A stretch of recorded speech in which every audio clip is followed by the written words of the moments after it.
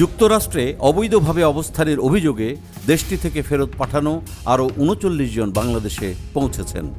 শনিবার ২রা আগস্ট সকাল ৬:৩০টার দিকে দলটি ঢাকার শাহজালাল আন্তর্জাতিক বিমানবন্দরে পৌঁছায়। ইমিগ্রেশন পুলিশ এই তথ্য নিশ্চিত করেছে। কর্তৃপক্ষ জানিয়েছে, যুক্তরাষ্ট্র থেকে সামরিক বিমানে ঢাকায় ফেরত পাঠানো বাংলাদেশিদের সঙ্গে মানবিক আচরণ করা হয়েছে।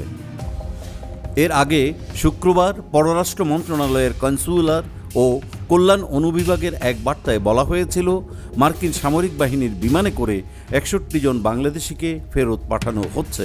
তবে বাংলাদেশে এসেছেন ৩৯ জন বাংলাদেশি।